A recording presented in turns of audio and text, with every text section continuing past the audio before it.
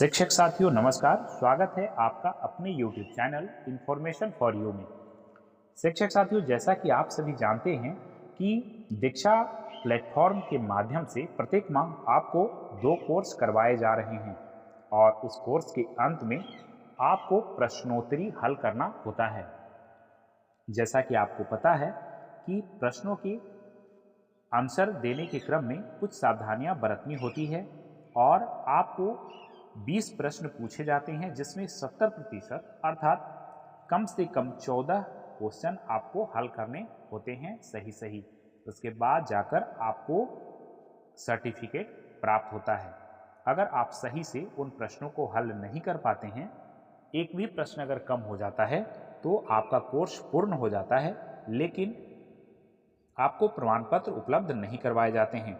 तो दीक्षा प्रशिक्षण में मार्च माह के लिए भी आपका 2 कोर्स है, जिसमें शिक्षण अधिगम और मूल्यांकन में सूचना और संचार प्रौद्योगिकी ICT का एकीकरण के सभी प्रश्नों को हमने हल करने का प्रयास किया है।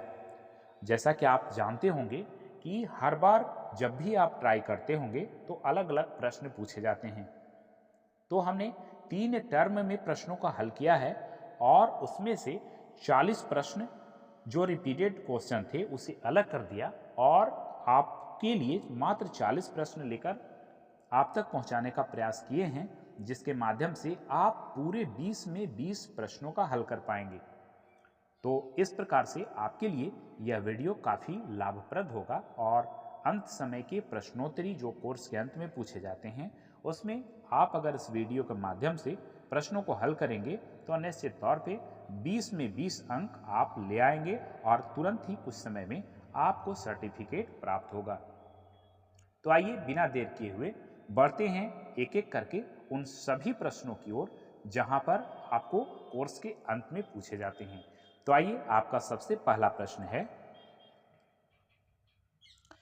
ICT को एकीकृत करते समय विचार किए जाने वाले मापदंड निम्नलिखित हैं। तो इसका सही आंसर है सामग्री की प्रकृति, आधारभूत संरचना और मानव संसाधन शिक्षा शास्त्र। बढ़ते हैं अगले प्रश्न की ओर। तो यहाँ पे खाली जगह को विशेष आवश्यकता वाले बच्चों के मध्य अपनाया नहीं जा सकता। तो इस खाली स्थान में आप भरेंगे मुद्रित सामग्री। अगला प्रश्न है, ICT तकनीकी उपकरणों और संसाधनों का एक सेट है जो खाली स्थान में द्वारा परिभाषित डिजिटल जानकारी का निर्माण, भंडारण और संरक्षण करता है। तो इसका सही आंसर होगा यूनेस्को। आइए अगले प्रश्न को देखते हैं। पूर्व प्राथमिक स्तर पर निष्पादित सामग्री को मोटे तौर पर ज्ञान के निम्नलिखित आयामों के अंतर्गत वर्गीकृत किया जा सकता है। तो इसका सही आंसर है तथ्यात्मक, संकल्पनात्मक, प्रक्रियात्मक, मेटा कॉग्निशन। आइए अगला प्रश्न को देखते हैं।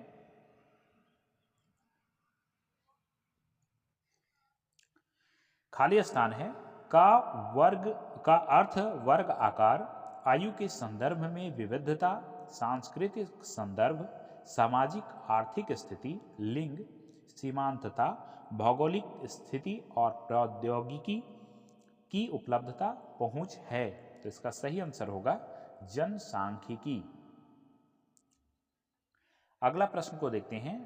टक्स मैथ है, तो ये है, इसे खेल कहेंगे। अगला प्रश्न है, ऐसे वातावरण का विश्लेषण करता है जिसमें एक ICT सक्षम शिक्षण अधिगम प्रक्रिया संचालित होती है। इसका सही आंसर है संदर्भ। ICT में तुल्यकालीन के साथ साथ अतुल्यकालीन सीखने के अवसरों की पेशकश करने की क्षमता है, जो खाली स्थान है में सबसे उपयुक्त होगा। तो इसका सही आंसर होगा जीवन पर्यंत अधिगम बनाए रखना। बढ़ते हैं अगले प्रश्न की ओर।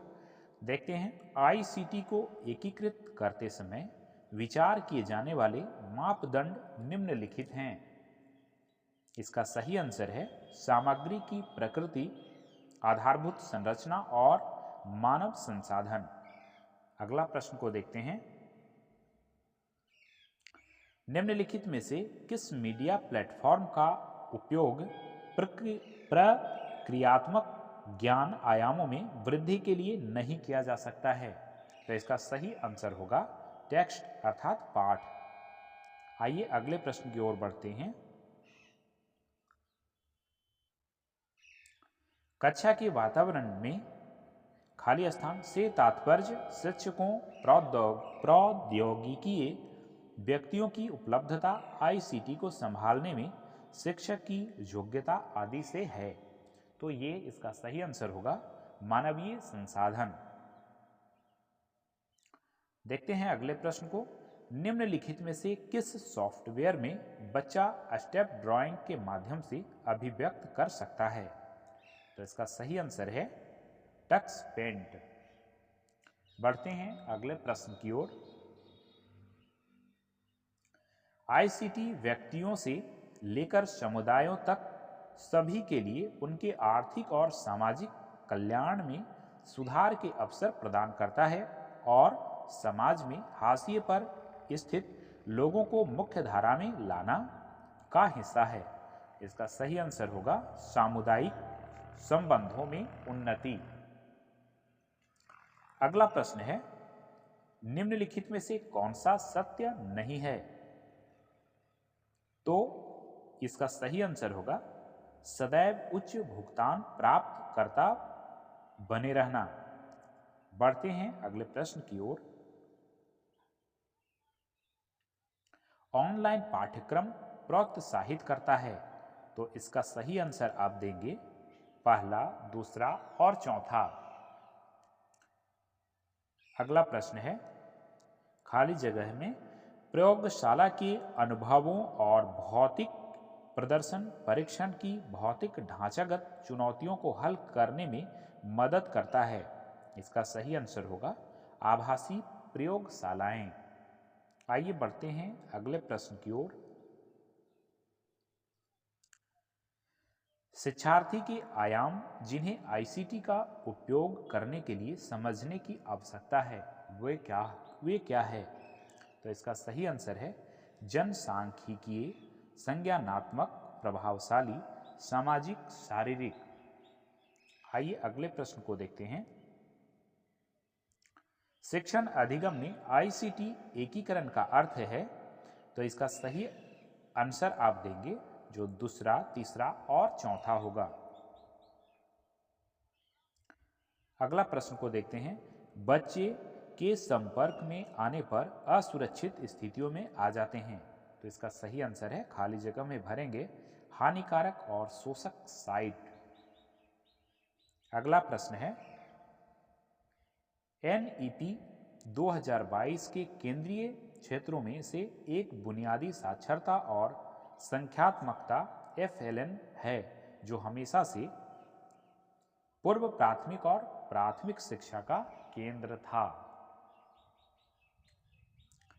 अगला प्रश्न है, ईसीसीई अधिगम के अनुभवों में प्रौद्योगिकी के कार्यान्वयन की प्रक्रिया को विभिन्न दृष्टिकोणों से देखा जा सकता है। ए समष्टि स्तर, मध्य स्तर और सूक्ष्म स्तर पर हो सकते हैं। अगला प्रश्न है, स्तर पर निष्पादित सामग्री में पढ़ने, लिखने और अंकगणित के लिए तत्परता शामिल हो सकती है। इसका सही आंसर है पूर्व प्राथमिक और प्राथमिक। अगला प्रश्न है, उपकरणों मीडिया को एकीकृत करना तभी प्रभावी होता है जब इसका उपयोग सामग्री और शिक्षण अधिगम की विधि के साथ उचित रूप से किया जाता है। इसका सही आंसर है शिक्षा शास्त्र। अगला प्रश्न है, आईसीटी का अर्थ क्या है? तो आईसीटी का अर्थ है इंफॉर्मेशन एंड कम्युनिकेशन टेक्नोलॉजी। अगला प्रश्न है, छात्रों को अधिगम गतिविधियों के लिए प्रेरित करना और प्रामाणिक चुनौतीपूर्ण बहुविषयक और बहुसंवेदी बनाना अधिगम की गुणवत्ता वृद्धि का हिस्सा है। अगला प्रश्न होगा, पूर्व प्राथमिक और प्राथमिक शिक्षा में आईसीटी का अतिरिक्त उपयोग होगा। तो इसका सही आंसर है शारीरिक रूप से हानिकारक। अगला प्रश्न है, वास्तविक दुनिया के वातावरण का एक संवादात्मक अनुभव है जहां वास्तविक दुनिया में स्थिति वस्तुओं को कंप्यूटर द्वारा उत्पन्न अवधारणात्मक जानकारी कभी कभी दृश्य, श्रवण, हैस्टिक, सोमेटो सेंसरी और सूंघने की प्रवृत्ति है। तो इसका सही आंसर होगा संवर्धित। अगला प्रश्न होगा, प्राथमिक स्तर पर का उपयोग शिक्षकों द्वारा भागीदारी को प्रोत्साहित करने और आनंददायक तरीके से अधिगम को बढ़ावा देने के लिए किया जाता है। तो इसका सही आंसर है डिजिटल गेम। अगला प्रश्न है, पक्षियों, जानवरों और विभिन्न प्राकृतिक ऑडियो आदि की विभिन्न ध्वनियों को सिखाने के लिए उपयोग किया जाने वाला अधिक उपयुक्त संसाधन है। तो इसका सही आंसर है ऑडियो स्रोत। अगला प्रश्न है, यदि कोई स्कूल अपने छात्रों के वास्तविक अध्ययन समय को कम किए बिना दोहरी पाली प्रणाली अपनाता है तो उसे क्षमता वृद्धि कहा जाता है। अगला प्रश्न है, MOOC का पूर्ण रूप है। तो इसका सही आंसर होगा मैसिव ओपन ऑनलाइन कोर्स। अगला प्रश्न है, NEP 2020 किस वर्ष तक प्राथमिक विद्यालय में सार्वभौमिक बुनियादी साक्षरता और संख्यात्मकता प्राप्त करने की सिफारिश करता है। तो इसका सही आंसर है 2025। अगला प्रश्न है, विजुअलाइजेशन प्रक्रियाओं का समर्थन नहीं करता है जो कक्षा की स्थिति में आसानी से उपलब्ध नहीं है। तो इसका सही आंसर है मुद्रित सामग्रियां। टक्स गणित क्या है? तो इसका सही आंसर है टक्स गणित एक गणित का सॉफ्टवेयर है। अगला प्रश्न है, सूक्ष्म स्तर इंगित करता है वास्तविक कक्षा का वह स्तर जहां शिक्षण अधिगम होता है। अगला प्रश्न है, TPACK का अर्थ है। तो इसका आंसर है technology, pedagogy and content knowledge. अगला प्रश्न है, कक्षा के वातावरण में से तात्पर्य शिक्षकों, प्रौद्योगिकी व्यक्तियों की उपलब्धता, ICT को संभालने में शिक्षक की योग्यता आदि से है। इसका सही आंसर है मानवीय संसाधन। अगला प्रश्न है, एजुकेटिव एट भी एक ऐसा ओपन स्रोत टूल है जो के लिए एक गेम है। तो इसका सही आंसर है प्राथमिक स्तर। अगला प्रश्न है, ई पाठशाला द्वारा विकसित एक पोर्टल और ऐप है तो वो क्या है? CIET NCERT। तो इस प्रकार से आप जब अपने सभी 20 प्रश्नों के आंसर देंगे तो जैसे ही 20 प्रश्नों के आंसर देने के बाद सबमिट बटन को क्लिक करेंगे तो आपका स्कोर निश्चित तौर पे 20 में 20 आएगा। तो मैं ऐसा उम्मीद करता हूँ कि यह वीडियो आपके लिए काफ़ी हेल्पफुल होगा। मिलते हैं अगले वीडियो में, तब तक के लिए धन्यवाद।